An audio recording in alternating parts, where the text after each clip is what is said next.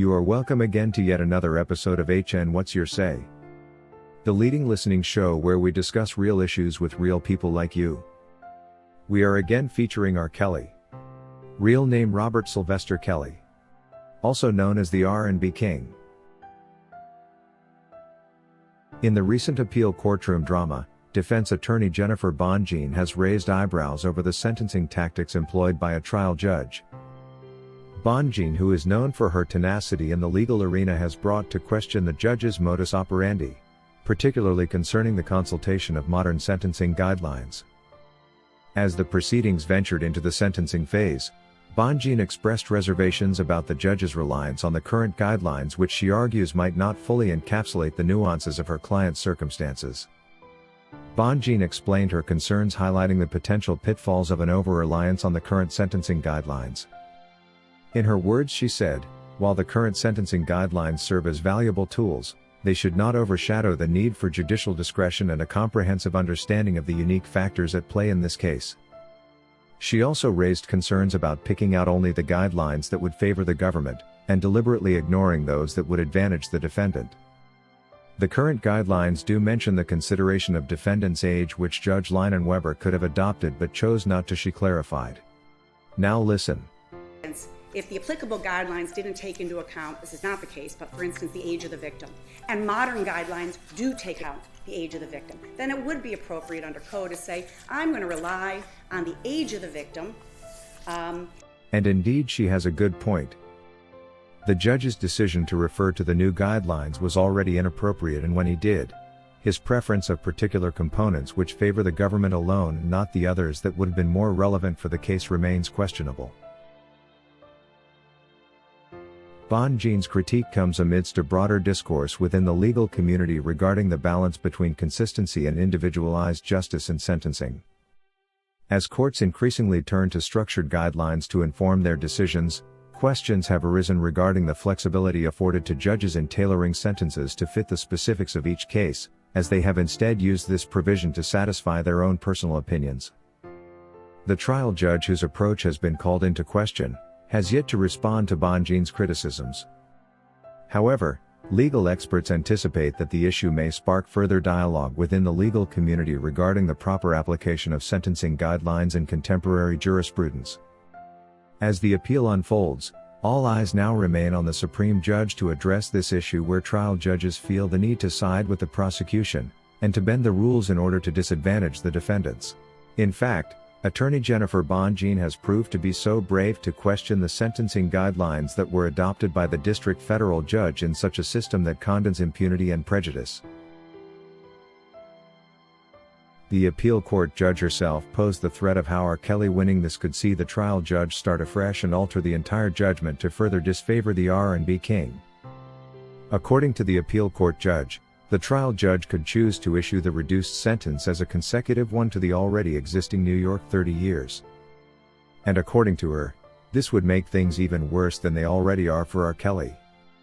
The responses from the appeal judge shows that she too agrees with Bonjean's claims that in fact the sentencing guidelines range adopted by the trial judge was not appropriate, and that the 20-year sentence awarded was way above the standard.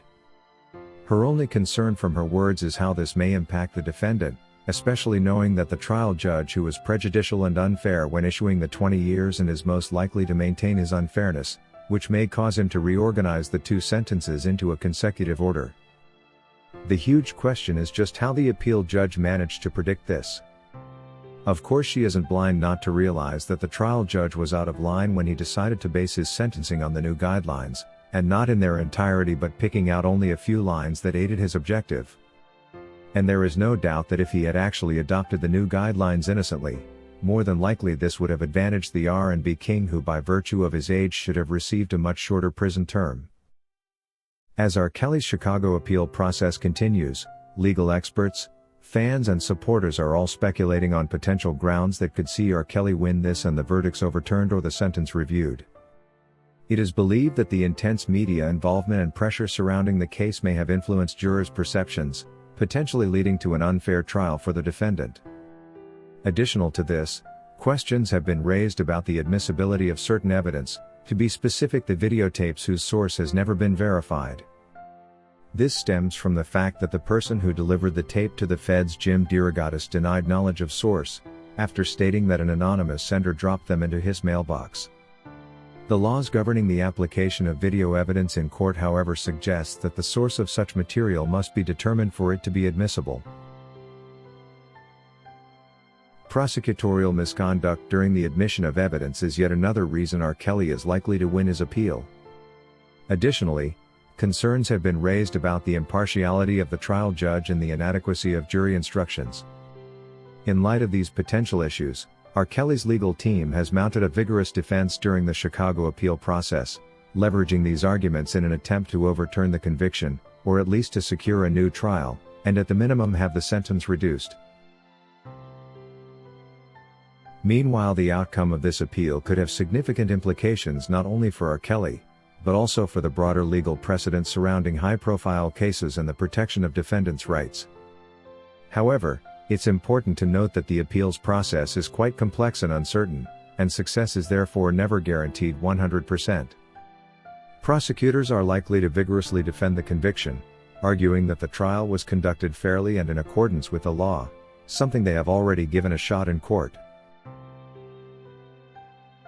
As the legal battle unfolds, all eyes will be on the appellate court, where the fate of R. Kelly's conviction hangs in the balance. The outcome of the appeal will undoubtedly be closely watched by legal observers and the public alike, shaping perceptions of justice and due process in one of the most high-profile cases in recent memory. It is therefore correct to say issues ranging from media influence to prosecutorial conduct could play a pivotal role in determining the outcome of the appeal, with implications for the broader legal landscape surrounding high-profile criminal cases. It is, however, important to note that R. Kelly's attorney Jennifer Bonjean is not only critiquing the applications of new sentencing guidelines by the trial judge, but also the fact that having applied them, he only looked out for the sections that favor the government over the defendant and deliberately ignored those that would favor the defendant. If you wish to take part in a live interview on this channel discussing any of these topics, let us know by emailing us on sashahnnewsroom@gmail.com for scheduling. That is all we had for you today on HN What's Your Say? To keep updated whenever we post a new video, subscribe to this channel now. Also remember to hit the bell icon and enable notifications. And feel free to share your opinions with us in the comment section below, and let us know if you would like us to publish your views in our next release. We value all our subscribers' opinions.